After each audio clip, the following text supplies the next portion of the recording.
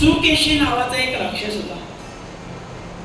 सुकेशी नाव मावशी बोलणार बा.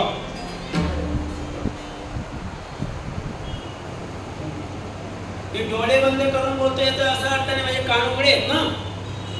कीर्तनाचा दर्जाच माणसाने बिघडवलाय सगळा. ते साखरपुड्याला गेलो ना आपण, जाता का तुम्ही? जात जा जरा, बघा ते अनुभव घ्या. हे घरातूनच 12 वाजता की तिथे पोहोचायला 1:30 वाजेल. मग 1:30 वाजता भुका लागलेली असतात. मी आल्यानंतर मग तो नाश्ता येणार, मध्ये थंडा येणार. तिकडे तो नवरा मारो, नवरीला तो लगेच मारू. तिच्या घरी गेलो ना आपण, काय पडलेलं नसतं लोकांना. एक कीर्तनात कोणीतरी पाणी आणत राहील. अरे असं असतं का?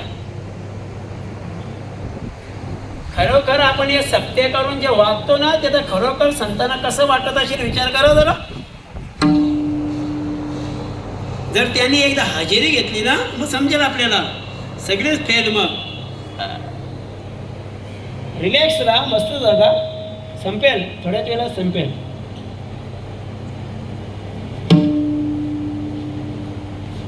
माझ्या कंठात ते नाम राहिलं पाहिजे का? तर कारण ते नाम चांगलं आहे.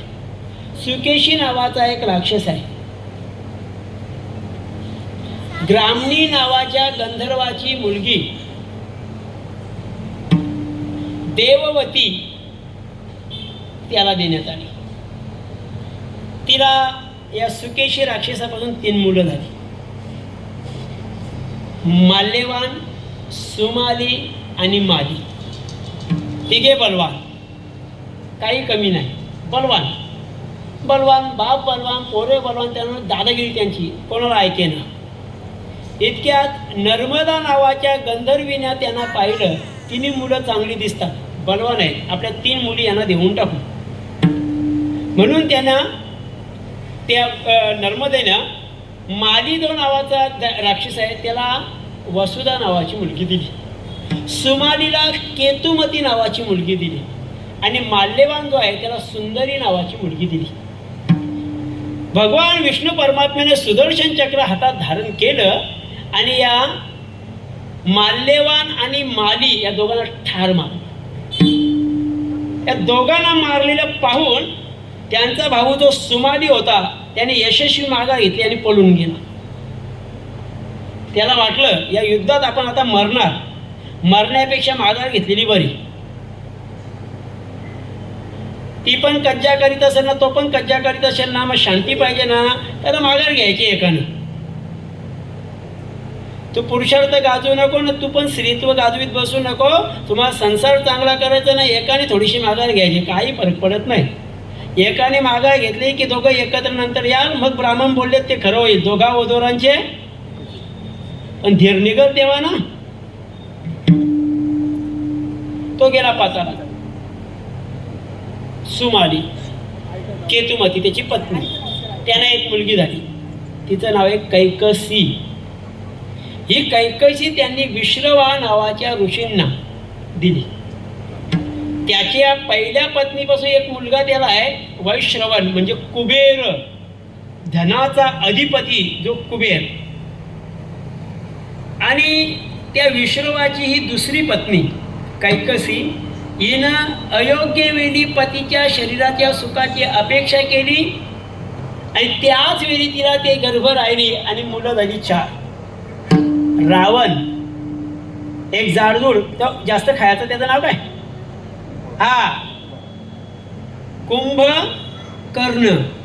कुंभकर्ण. एक बिभीषण आणि एक मुलगी होती, तिचं नाव होतं शूर्पणखा.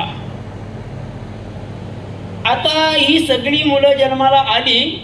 जन्माला येताना तिने म्हटले तुम्ही आता माझ्या मुलं वाईट वागते असं म्हटलात, दुष्ट होती असं म्हटलात, चांगला एकतरी आशीर्वाद द्या. तेव्हा ते विश्रवा म्हटले एक मुलगा तुझा चांगला निघेल जो देवाची भक्ती करेल. त्यातला एक निघाला बिभीषण.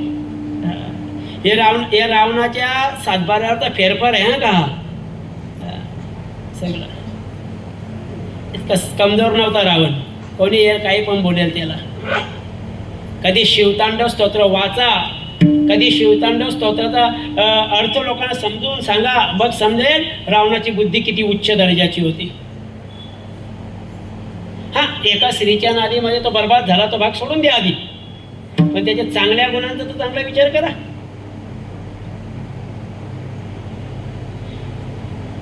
तो जो रावण आहे, हा रावण मातृभक्तीचा भक्त आहे.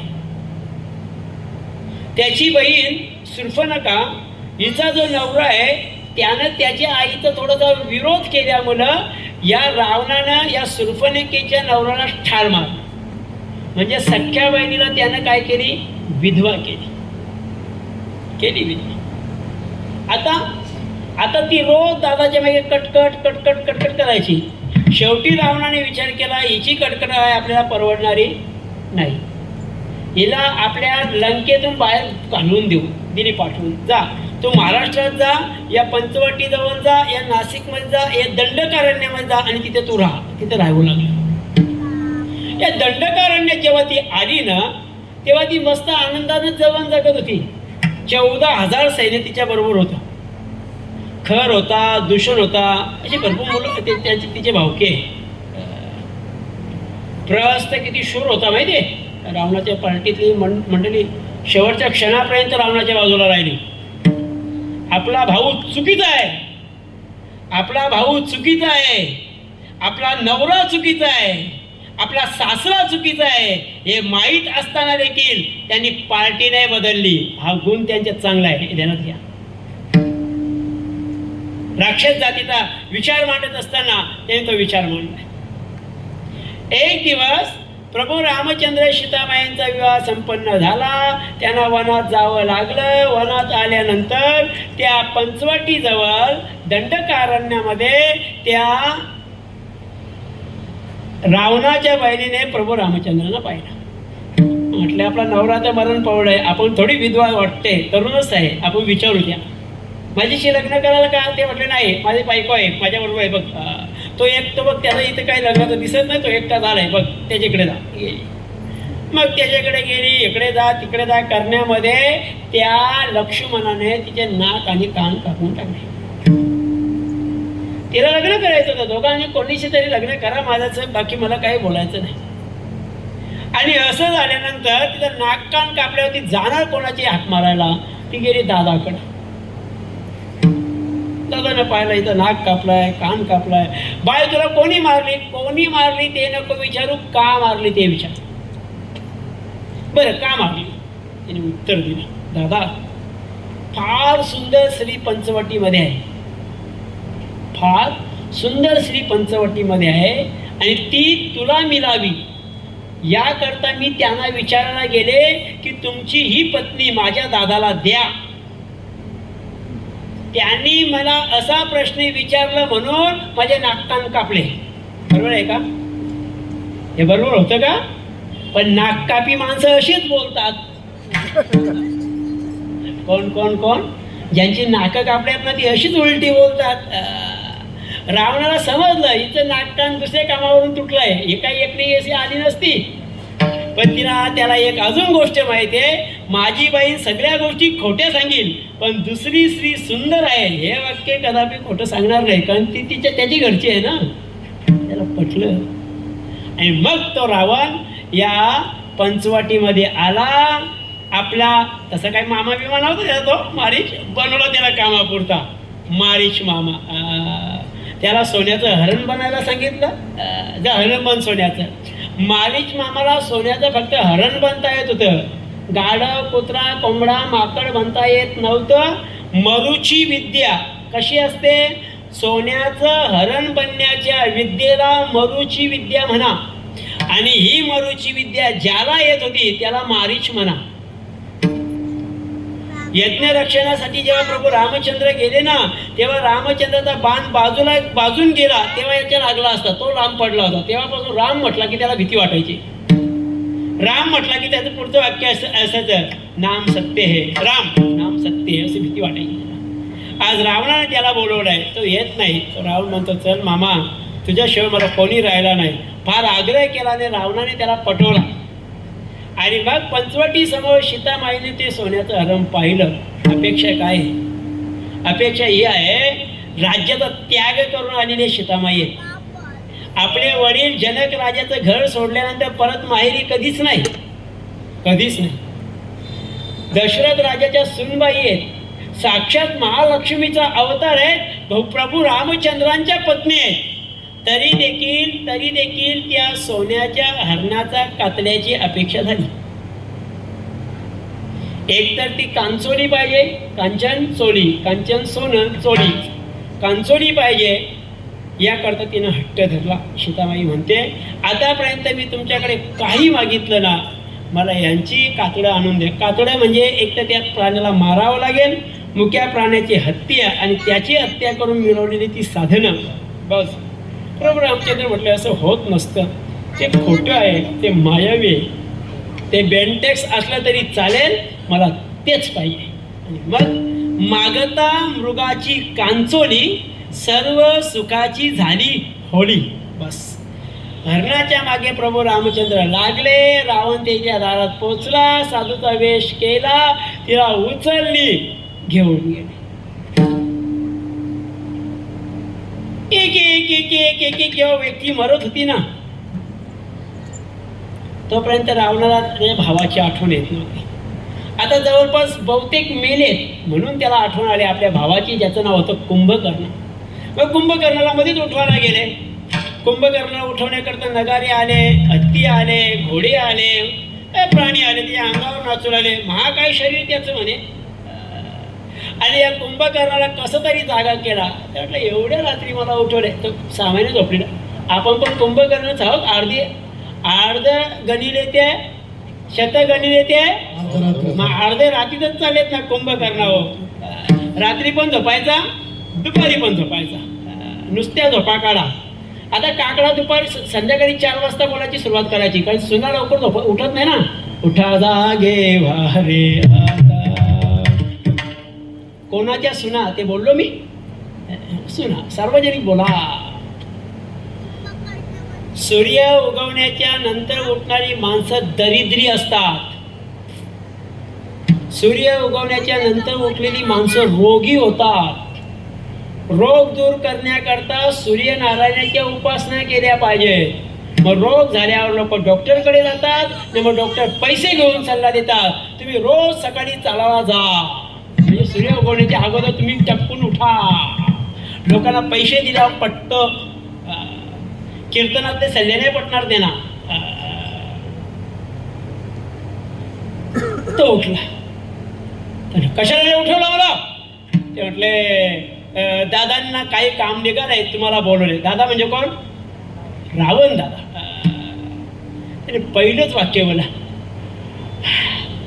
दादाने कोणाची बायको सोडली का रे? असं सहज बोलला तो. का बोलला असेल? त्याला माहिती आहे दादा प्रत्येक वेळी बायकाच चोरत होता. रावण बायका चोर. रावण बायका खरोखर चोरत होता, आणि दुसऱ्यांच्या बायकाकडे सहज नजर मारणारे पण बायका चोरच आहेत. देवाच्या CCTV मधून तुम्ही वाचू शकत नाही. आणि ध्यानात ठेवा, रावणाओ तुम्ही हनुमान समोर आहात. आणि मग त्या कुंभकर्णाचा निकाल लागला. या रावणासही सगळी मारली गेली.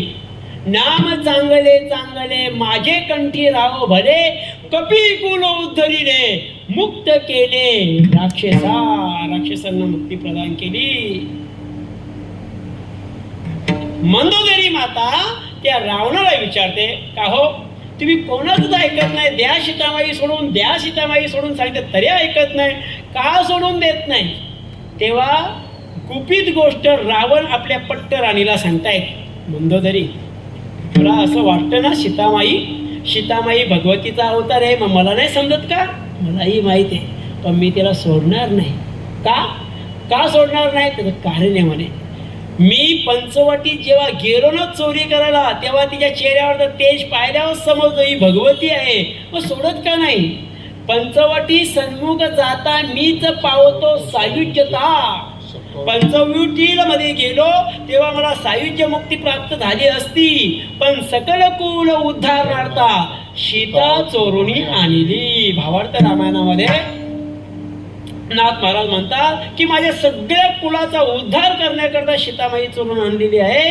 आता कुंभकर्ण मेलाय, आता माझा नंबर लागणार आहे, तू चिंता करायची नाही, मला मुक्ती नक्की मिळेल. हा भाव कोणाचा आहे? रावणाचा भाव आहे. तुकोबाराय ह्याच भावाचा विचार मांडताना म्हणता की नाम चांगले चांगले माझे कंठी राव भले कपी कुल उद्धरले मुक्त केले राक्षसा. झालं युद्ध सुरू. ही मारामारी, ही तोडातोडी, आणि मग तो अक्षय कुमार मारला गेला. मग इंद्रजित युद्धामध्ये उभा राहिला. इंद्रजित आला आणि इंद्रजितानं पाहिलं लक्ष्मण चांगला लढतोय, आणि मग लक्ष्मणाच्या अंगावर त्याने वीर घातिनी नावाची एक अस्त्र फेकलं. वीर माणसाचा घात होईल असा लक्ष्मण दादा खाली पडले, मूर्छा आली. आता वाचवायचं कसं? रामायणामध्ये डॉक्टर नव्हता, डॉक्टर पण नव्हता, वकील पण नव्हता. आणि मग आता डॉक्टर कुठं शोधायचा? काय आपल्याकडे नाही वैद्य कोणी, काय करावं? इतक्या जांबवान नावाचा तो वानर आला. ते म्हटले मला माहिती आहे रावणाच्या राज्यामध्ये सुषेण नावाचा एक वैद्य आहे, त्याला घेऊन या. मग मारुतीरायाला माहित होतं लंका कुठे आहे, त्यांनी जाणूनच आले होते. जय श्रीराम म्हटले ना गेले. गेल्यानंतर बोर्ड वाजला. सकाळी 8 ते 12, म्हणजे आता रात्रीच्या वेळी 8 ते 12 काय?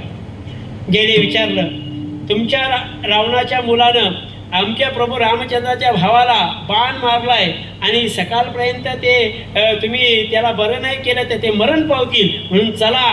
ते म्हटले मी येणार नाही, जास्त पैसे देतो, चला, येणार नाही. मी एकनिष्ठ आहे. कोणाशी? रावणाशी. रावणाच्या पार्टीमध्ये माणसं एकनिष्ठ आहेत त्याच्या बाजूला. एक पण इकडं आला नाही, एक पण नाही. बिभीषण सोडला तर एक पण इकडं नाही आला. त्यांना समजत नाही प्रभू रामचंद्र देव आहेत. एकनिष्ठताही आहे.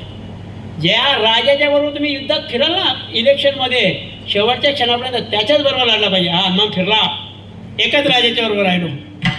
माझा राजा पडला तरी मानवरतीच आहे आमची, आम्ही काही खाली नाही.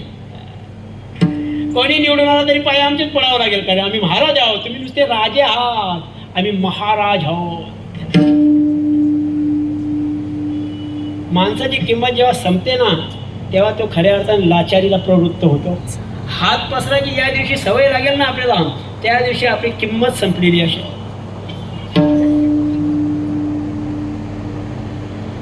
तो सुषेण म्हणतो मी येणार नाही. मारुतीला याच्यात होतो तू येणार नाही, मग ते कसं होणार? तिकडं त्याचं जे घर होतं ना पायासहित, ते खालूनच उचललं, घरासहित त्याला उचलून आणला. तो कुठे चालवलाय? तिकडे चालवलाय. म्हणजे मी येणार नाही, तू नको येऊ, घर चालवलाय, चालला घरी. त्याने आल्यानंतर धर्म त्याचा जागा झाला. तो म्हटला ना मी डॉक्टर वैद्य आहे, मी बघितलं पाहिजे, तपासलं पाहिजे. तपासू लागला. तपासताना त्याला समजलं की आता हे तसे बरे होणार नाही, एक दिव्य वनस्पतीची गरज आहे, आणि दिव्य वनस्पती द्रोणागिरी नावाच्या पर्वतावर आहे. कोण जाणार? म्हणजे कुठला पत्ता, लोकेशन तर द्या. मारुतीराय निघाले. पण तिथे जात असताना झालं असं, रस्त्यातच त्याला एक मुनी भेटले. देवाचा श्रीराम जय राम जय जय राम, श्रीराम जय राम जय जय राम चालू होतं भजन. मारुतीरायांना बरं वाटलं. श्रीराम जय राम जय जय राम, आपल्या देवाचं नामचिंतन चालू आहे. थांबले. ते म्हटले थांबू नको, स्नान करून ये. रावणाने पाठवलेला कालनेमी नावाचा तो दैत्य होता. त्याने साधूचा वेश घेतला होता. हरिपाठ पण नाही आला ना तरी असं कोट घालायचा, मस्त अशी शॉलवेल टाकून फिरायचा. असताना माणसं फिरतात ना, एक पण बोल वाजवता येत नाही, पण पकवाज खांद्यावर घेऊन फिरतात. आपल्या आमच्या कार्यक्रमामध्ये 400 पकवाज मास्टर, 8च लोकांना वाजवता येते, बाकी इकडे तिकडे बघत जातात. ते नाही का लग्नामध्ये पिपिली वाजवणारे असतात 4-5, बाकी नुसती तोंडावर लावली असतात. पैसे सगळ्यांना सारखेच हो, असं आहे ते. एवढे गोड नका असं, लोकांना माहीत पडते आपले ढिंगाणे. बरे लोक आपल्याला मानतात, त्यांना ढिंगाणे माहिती नाही. ज्या दिवशी माहीत पडतील ना. मारुतीराया स्नानाला गेले. स्नानाला गेल्यानंतर एका मगरीने मारुतीरायांचा पाय पकडला. मारुतीरायांनी तिला फाडली. ती होती अप्सरा, शापामुळे मगर झाली होती. बसताना त्या विमानात ती म्हटली, ओ मारुतीराया धन्यवाद, तुम्ही मला या योनीतून मुक्त केलात. पण तुम्हाला जो साधू वाटतो, तो मुनी वाटतो, तो मुनी नाही, तो कालनेमी नावाचा दैत्य आहे, जा तिकडं. मग मारुतीराय त्याच्याकडे आले. ते म्हटले आता चला तुम्हाला दीक्षा घ्या, दीक्षा इथे बसा, तुम्हाला रामनामाची दीक्षा देतो. मारुतीराय म्हटले दीक्षा नंतर द्या, आधी दक्षिणाच घ्या. दिली त्याला दक्षिणा, फोडला त्याला, आणि मग त्या पर्वतावर पोचले. पर्वतावर पोचल्यानंतर मारुतीरायाने पाहिलं की ही सगळी झाडं सारखीच दिसतात. आता काय करावं? सुषेणाला जसा घरासहित उचलला ना, तसा द्रोणागिरी उचलून आणला. कपी हाती द्रोणगिरी कपी हाती द्रोणगिरी कपी हाती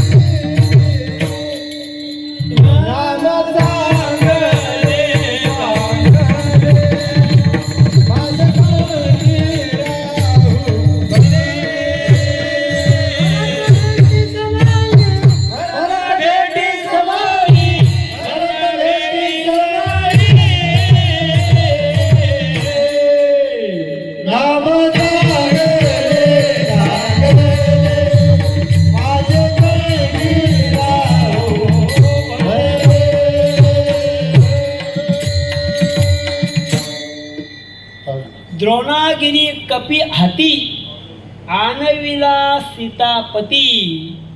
सीतापती काय म्हटले? राम बोलायला पाहिजे ना. सीता माता ही शक्तीचं प्रतीक आहे आणि शक्तीनं ते आणलं. आणविला सीतापती थोर केली ख्याती भरत भेटी समयी. प्रभू रामचंद्र जेव्हा वनातून घराकडे येतात तेव्हा भरतांची आणि प्रभू रामचंद्रांची भेट करून देण्याचं महान कार्य या मारुतीरायानं नामाच्या जोरावर केलं. काय आहे नामाचे विशेष? राजा दशरथाकडे प्रभू रामचंद्र यांची मागणी करण्याकरता विश्वामित्र गेले. ते विश्वामित्राने म्हटले की आम्हाला यज्ञाचं रक्षण करण्याकरता तुझे दोन्ही मुलं मला द्या. अगोदर हो बोलल्या मुलं नाईलाज झाला आणि मग शब्द पालण्याकरता दशरथ राजांना ती दोन्ही मुलं देण्यात आली. दोन्ही मुलं घेऊन चाललेली असताना अशा उजाड रानामध्ये गेले आणि त्या रानामध्ये प्रभू रामचंद्रांनी विचारलं, गुरुजी विश्वामित्रजी हे असं अरण्य कसं हो? निबिड अरण्य, काही पिकलेलं नाही, सगळी जलकटाट इथं दिसतो मला. ते आणि हे दगड कसलं आहे? म्हणजे हे दगड नाही, काय हे अहिल्या माता आहे. तुमच्या चरणाचा स्पर्श झाल्यावर ती स्त्री होणार आहे. कोण आहेत अहिल्या माता? 10:32 झालेली आहेत. 28 मिनिटं बाकी आहेत. 10 वेळा मोबाईल बघू नका.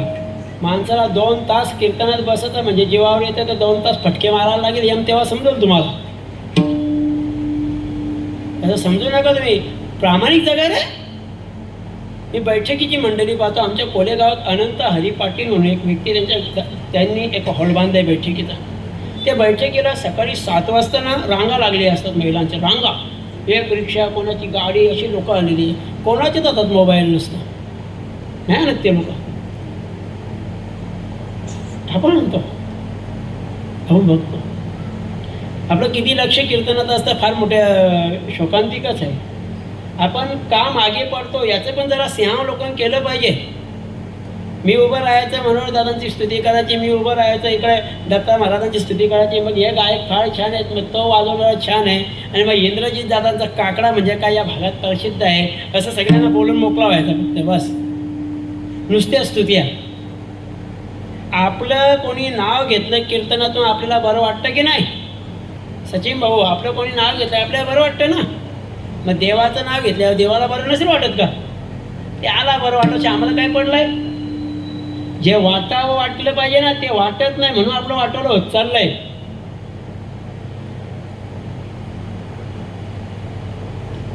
ब्रह्मदेवानं एक स्त्री तयार केली, फार सुंदर, सगळ्यात सुंदर. पण द्यायची कोणाकडे ठेवायला? लहान आहे ना ती. म्हणून त्याने शरद्वान नावाच्या एका ऋषीकडे दिली.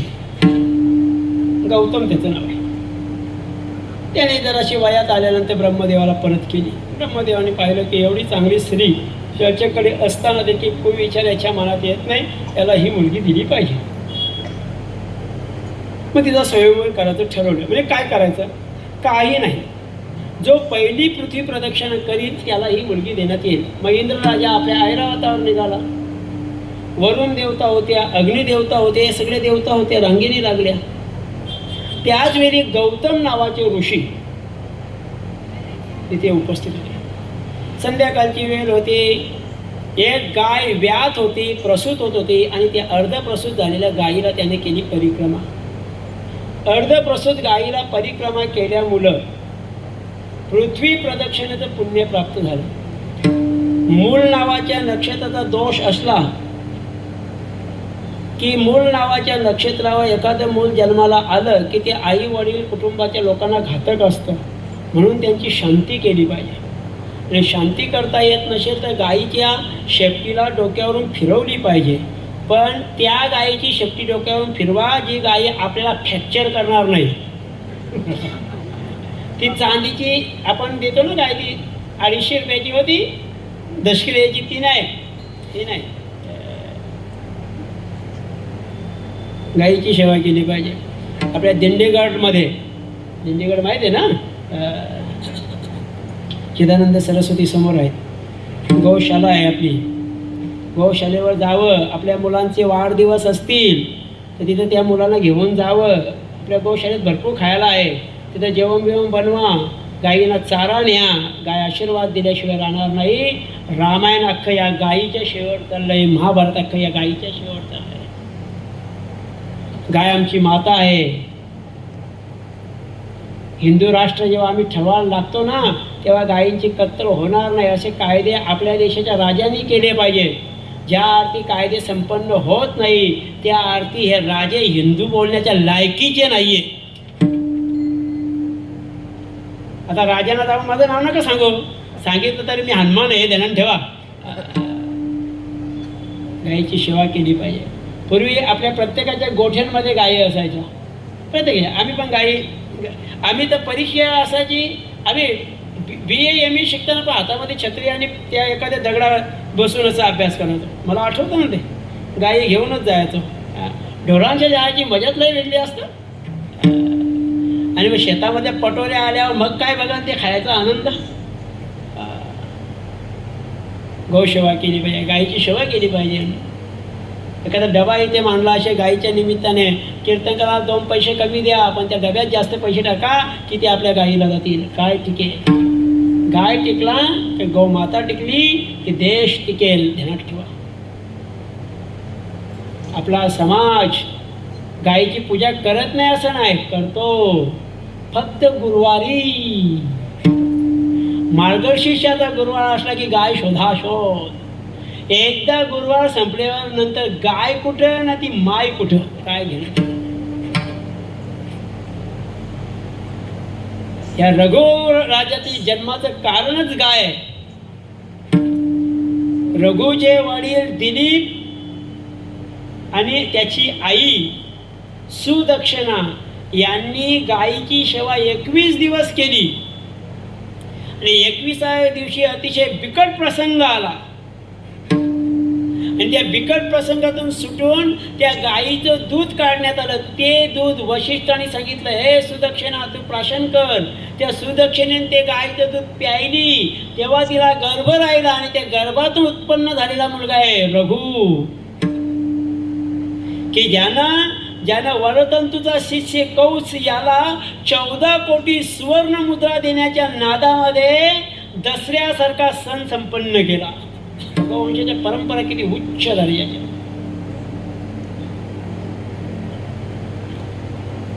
अहिल्या माता आहे, गौतमांची पत्नी. या अहिल्याचा भोग भोगण्याची मनामध्ये लालसा राहिली या इंद्राच्या. इंद्र कोण? इथे येऊन 100 यज्ञ केला की तो स्वर्गाचा राजा बनत. इथे 100 चांगली कामं केली की स्वर्गाचा राजा बनत. जरी स्वर्गाचा राजा बनला तरी बुद्धी बदलतं असं काही कारण नाही होत. इथे खलांची व्यंकट इथंच सांडली पाहिजे. तो नाही का एक इंद्र बनला होता, काय नाव त्याचं? हा, लगेच समजलं गेलं, तुमच्या ध्यानात आलं की नाही? नहुष स्वर्गाधिपती झाला, परिराटी भांबावला, तो भुजंगत्व पावला, नेनसी काही. आता राजा बनले ना तो तिकडचा, मग तिकडं राजा बनला तिकडच्या बायांच्याकडे बघायला लागला. मी त्या दिवशी उदाहरण दिलं. मार्च महिन्याची 3 तारीख होती. मार्च महिन्याची 3 तारीख होती. 28 फेब्रुवारीला त्याचं लग्न झालं होतं.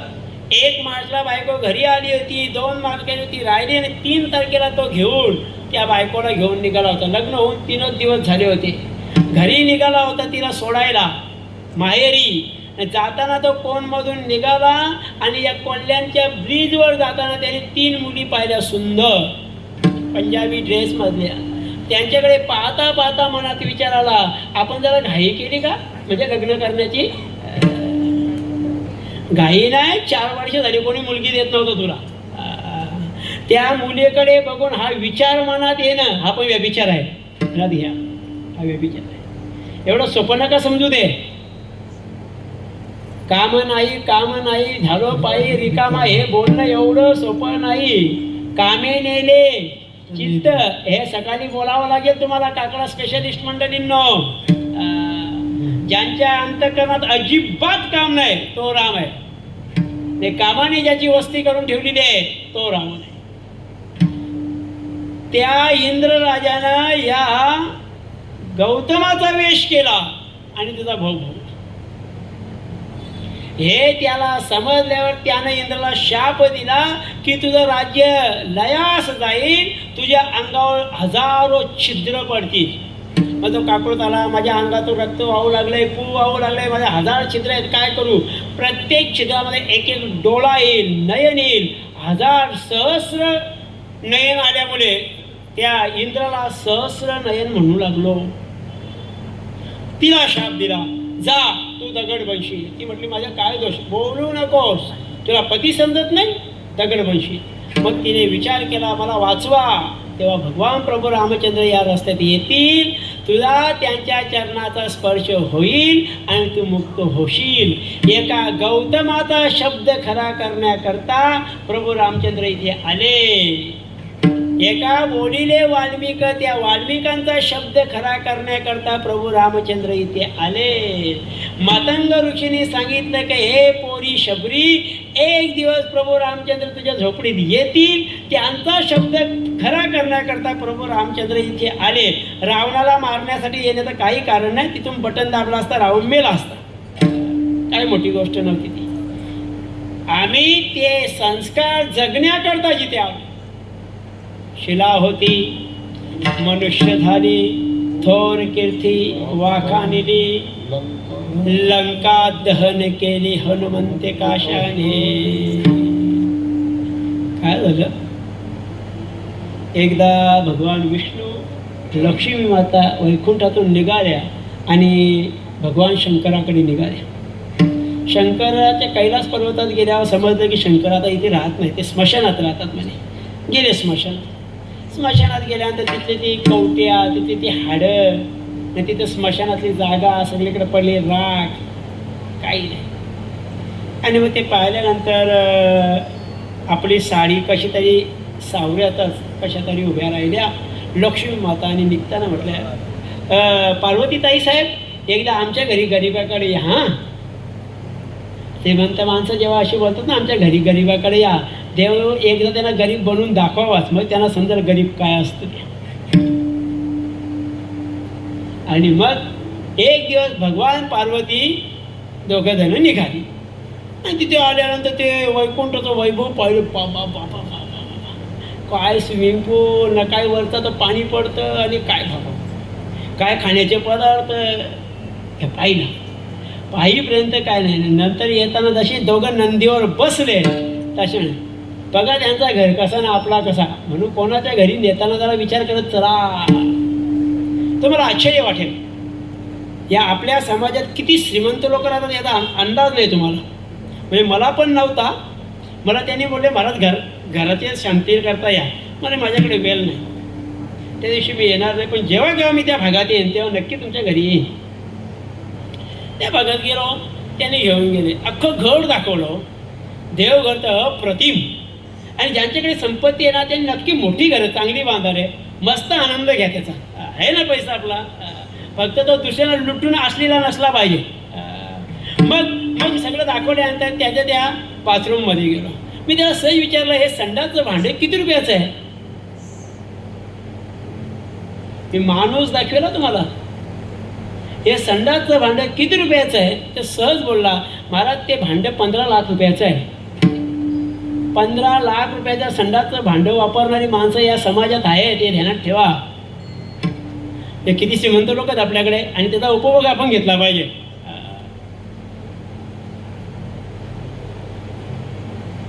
प्रभू रामचंद्र सीतामाई वनामध्ये असताना हे सगळे प्रसंग घडत आहेत. रावण मारला गेलाय, त्याला मुक्ती प्रदान झालेली आहे, मोक्ष नावाची वस्तू त्यांना प्राप्त झाली. आता सीतामाई त्या पार्वती माता आपल्या पतीनं सांगते, हो ते बघा आपल्याला पण चांगलं घर पाहिजे. मग त्याने सांगितलं आपल्याला घर बनवा. विश्वकर्माने घर लंका सोन्याची बनवली. मग वास्तुशांती पाहिजे, वास्तू पुरुष पाहिजे. मग वास्तुशांती करता ब्राह्मण कोण? म्हणे रावण. बोलवा रावणाला. रावणाने पूजा केली, म्हणे दक्षिणा द्या. म्हणे काय दक्षिणा पाहिजे? हे घरच द्या. द्यावं लागलं. जिथे होते तिथेच आले. एक ध्यानात ठेवा, समय से पहले और भाग्य से ज्यादा कभी किसी को कुछ नहीं मिलता. नीट ऐका. ती वेळ आल्याशिवाय आणि भाग्यात असल्याशिवाय कधीच कोणालाच काहीच मिळणार नाही मिळणार. ते तुमच्या भाग्यात असावं लागतं. आपल्या जमिनी असाव्या आणि पहिला हप्ता आपल्याला यावा, दुसऱ्या हप्त्यासाठी आपण ते एजंट मागे लागावं. हे कधी देशील देतो करून काही वर्ष जातात, पैसे येत नाहीत. उलट आपल्यापेक्षा त्या एजंटलाच जास्त पैसे मिळून जातात, कारण ते आपल्या भाग्यात नाही. पण जर आपल्या भाग्यात असेल ना तर कोणीतरी सांगायला येतो, बघा तुमच्या आजोबांचं नाव इकडं निघालेलं आहे, तुमचे पैसे घेऊन जा. आपल्याला माहीत पण नव्हतं. ते भाग्याचे निभडते, उद्यमाचे निमिसे, समृद्धी आप ऐसे घर निघे. एक समृद्धी येण्याकरता, भाग्य उदयाला येण्याकरता आपल्याला कर्म चांगली करावी लागते. त्या दिवशी पार्वती मातेनं ठरवलं, बस पुन्हा जेव्हा मी या तुझ्या लंकेत येईल त्या दिवशी हिला जाळल्याशिवाय राहणार नाही. मारुतीराया प्रभू रामचंद्रांची सेवा करण्याकरता भगवान स्वतः मारुतीराया बनले. आणि मारुतीराया तर ब्रह्मचारी आहेत. मग पार्वती मातेला याला जागा नाही म्हणून त्या शेपटीच्या रूपाने आल्या आणि शेपटीच्या रूपाने येऊन त्या रावणाच्या लंकेला तिने आग लावली. लंका दहन केली हनुमंते काशाने केली. असा हा परमात्मा, त्याच्या चरणावर मी वंदन करतो. शेवटच्या चरणावर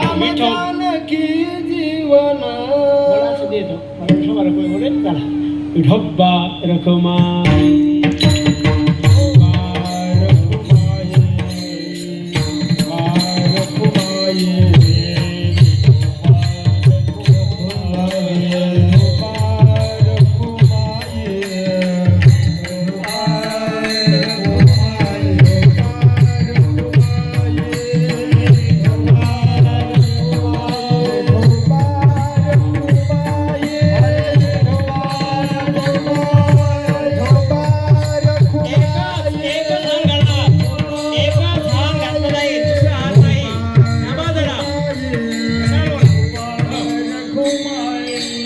हे बघा, एकच हार घालणार, बाकीचे सगळे हार चिदानंद सरस्वतींना घाला. इकडे येऊ नका. ज्याला फोटो काढायचा ते या, पण कीर्तन झाल्यानंतर. चाल शेवट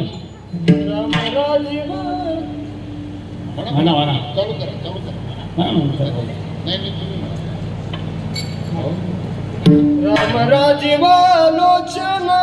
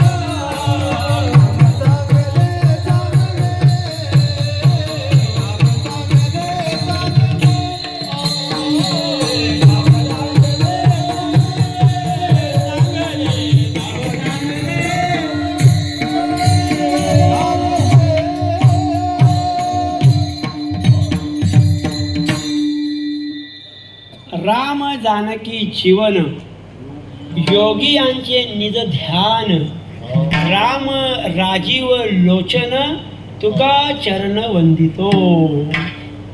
वाईट वाटून घेऊ नका, मी एकच हार घालणार याच्या पुढे. फार हार घालण्याचे ज्या दिवशी ती वेळ येईल त्या दिवशी तुम्ही सगळी या. पण तो दिवस अजून 26 वर्षापर्यंत येणार नाही. अजून मी 26 वर्ष जगेल, घाबरू नका. बरेच लोकांचे 13वे मी खाणार आहे. खरंच बोलतो. काय होतं, हार एक घातला ना, याला पाकळी जरी लागली ना तर शर्ट फुकट जातो. बघा किती चांगला धोतर आहे, आमदार सुभाष भोईरांनी दिला आहे.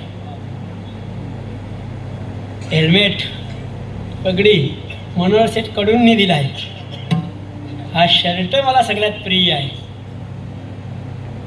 एक महिला आहे, ती भाजी लावते. वैधव्य आहे बिचारीला, भाजी लावते. आणि भाजी लावून ती भाजी विकते.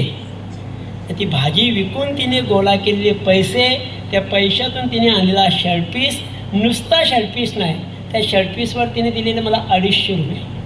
त्यातले, महाराज माझे पती गेल्यानंतर तुम्ही कीर्तन केलं आणि ते कीर्तनात मला तुम्हाला पैसे द्यायला जमले नव्हते. हा शर्ट पीस तरी शिवा, एकदा तरी घाला. म्हणून परवा दिवशी गुढीपाडव्याच्या दिवशी घातला.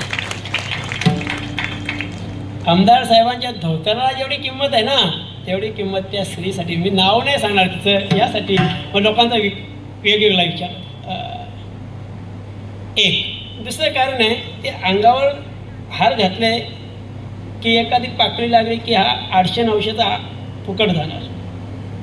फुकट जाणार ती बाब वेगळी. त्याचा डाग काढता काढता बायको आपल्याला समजून त्या शर्टाला मारणार, तो भाग दुसरा. 2. तिसरी गोष्ट, हार घालून उपयोग काय? एवढे हार घालण्यापेक्षा हारांना जेवढे पैसे लागतात तेवढे 50-100 रुपये दिले तर 2 दिवसाच्या गायींचा चारा तरी. हे हार घालून बरं, त्याच्यात पद्धत पण फार वेगळी आहे अलीकडे. एक हार घालायचा, दुसरा घालायचा, मग ती चाल वाढत राहील, वेळ निघून जाईल. ते हार घालता घालता अशी एकदम छाती भरून पोट भरून हार येणार. ते मग काढले की मग एक बादशाह उठणार, तो हळूहळू चालत येणार, सगळ्यांना दिसणार. आणि मग तो हार घालताना 4-5 फोटो काढून निघून जाणार. हे का जोकर ठेवलेत का आम्हाला? या चुकीच्या गोष्टी. आता मी चौकदारांना सांगितलं तुम्ही तिकडे इथे नाही राहायचा, आम्हाला धक्के मारला. चौकदार गेटवरच असला पाहिजे. दत्तात्रय चौकदार पुढे उभा काठीकर, तो शायनिंग उभा असतो चौकदार. असं नाही चालत तिथं. परमार्थिक जीवनना चांगलंच जगलं पाहिजे आपण. तुम्ही सगळी श्रीमंत घरची माणसं आहात म्हणून तुम्हाला पैशाची किंमत नाही. आम्हाला माहिती पैसा काय असतं. या कधीतरी कोलेगावच्या नाक्यावर सकाळी 9 वाजता अख्खा दिवस काम केल्यानंतर त्यांच्या हाताला 500 रुपये मिळतात. खडी उचल, रेती उचल, दगड उचल, पाण्याच्या बादल्या उचला. अख्खा दिवस काम केल्यानंतर त्या महिलेच्या हातात 500 रुपये भेटतात, फक्त 500 रुपये. आणि आम्हाला इथे आल्यानंतर काजू, बदाम, जेवण, आणि जाताना काहीतरी तिथं देतात रे पाकिट. तुम्ही पैसे सौजन्य कशाला दिले ना म्हणून ते दिलं जातं. नुसतं बोलल्यावर एवढं दिलं जातं, बदल्यावर वागल्यावर काय काय मिळेल? ते जीवन आमचं असलं पाहिजे. जीवन कोणाचं आहे? राम राजीव लोचन, राम जानकी जीवन. जानकी मातेचे ते जीवन आहे. कोण जानकी माता? बस तुम्ही काही म्हणा, मला पट्टराणी बनवायला तयार असाल, पण मी माझ्या पतीसहित सुखी आहे. मला अन्य पतीची गरज नाही. जसे प्रभू रामचंद्र एक पत्नीत्वाचे आहेत, तसे सीतामाई देखील एक पतित्वाची आहे, नकारता येणार नाही. यत्र नार्यस्तु पूजन्ति तत्र रमन्ति देवता. ऐका, शेवटचा मुद्दा ऐका, थांबतो. श्रुतश्रावा नावाचा एक ब्राह्मण आहे, जोडी पती पत्नी. त्यांना असं वाटतं आपल्याला एक मुलगी झाली पाहिजे आणि ती पण भगवान विष्णूची पत्नी बनली पाहिजे अशी मुलगी. आता तो वेदांचा उच्चार करता रोज वेद सुरू. जसं उपनिषदांनी आपल्याला सांगितलं ब्रह्म ब्रह्मांड ब्रह्मवर्चसी जायताम अस्मिन् राष्ट्रे राजन्यैषव्यः शिरो महारथो जायताम द्रोग्नि धेनुरोढा नडवाना सुसप्ति पुरेन्द्रियोषा विष्णु रथेष्टा सभेयो युवास्य यजमानस्य विरो जायताम. अशा प्रकारे उपनिषदांची विधानं आहेत सगळी. उपनिषदांनी शांतिपाठ मांडलेत. वेगवेगळ्या प्रकारचे उपनिषदांची वेगवेगळी शांतिपाठ आहेत. ओम सहनावतु सहनौ भुनक्तु ओम पूर्णमदा पूर्णमिदं पूर्णात् पूर्णमुदच्यते पूर्णस्य पूर्णमादाय पूर्णमेवावशिष्यते. उपनिषदांची शांतिपाठ आहेत आपल्याकडेही. तो बोलत होता वेद वदता वदता त्याच्या मुखातून एक मुलगी बाहेर पडली, कन्या बाहेर पडली. वेद वदतानाच पडल्यामुळे त्या मुलीचं नाव ठेवलं वेदवती.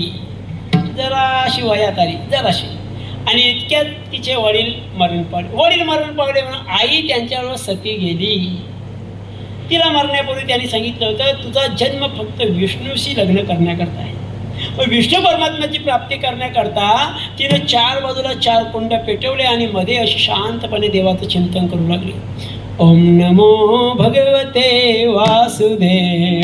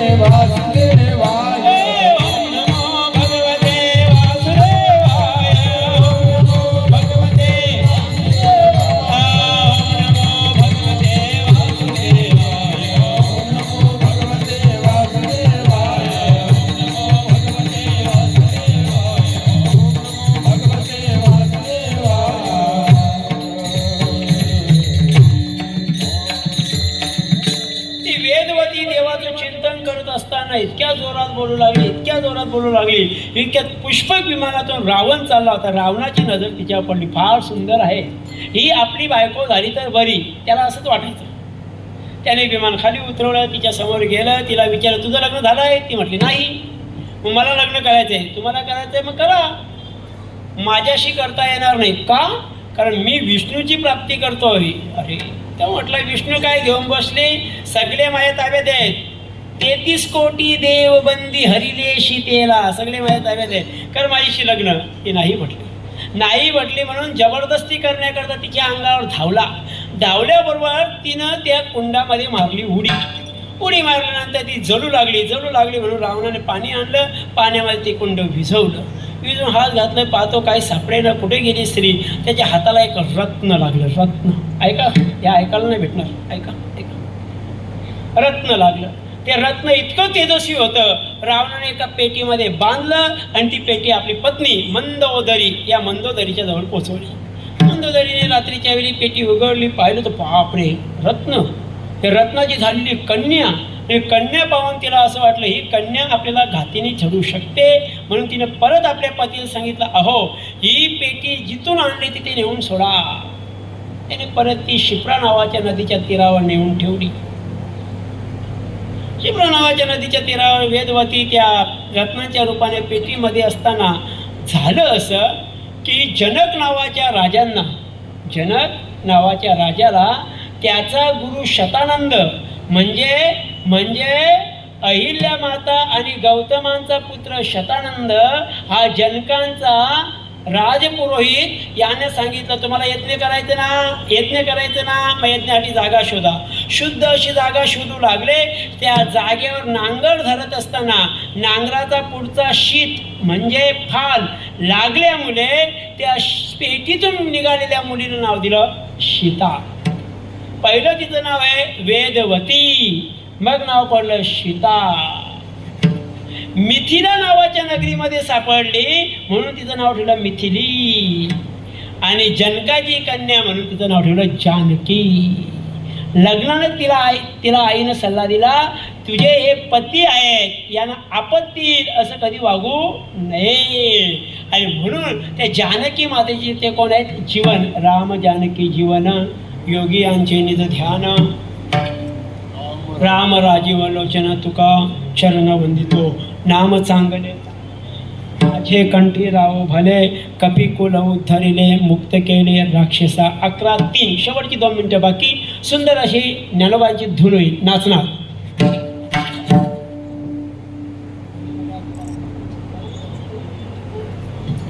ज्ञानोबा माऊली तुकाराम, ज्ञानोबा माऊली तुकाराम, ज्ञानोबा माऊली तुकाराम, ज्ञानोबा माऊली तुकाराम, ज्ञानोबा माऊली तुकाराम, ज्ञानोबा माऊली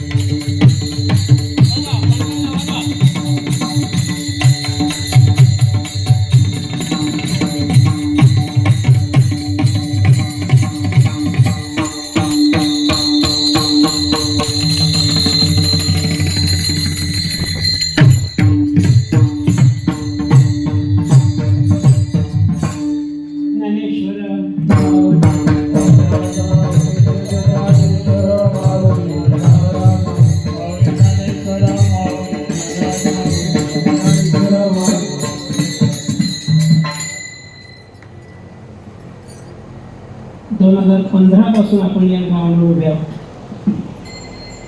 11 वर्ष झाली. ते पण नाही कंटाळले आणि आम्ही कंटाळलो. चिदानंद सरस्वतीने दिलेली संधी आम्ही आजपर्यंत प्रामाणिकपणे पार पाडलेली आहे. गुरुनाम गुरुवारी चिदानंद सरस्वतींना मी विनंती करतो की त्यांनी आम्हाला मार्गदर्शन करावं. इकडे ये ना बा. संपू आधी. विठ्ठल जय जय विठ्ठल जय.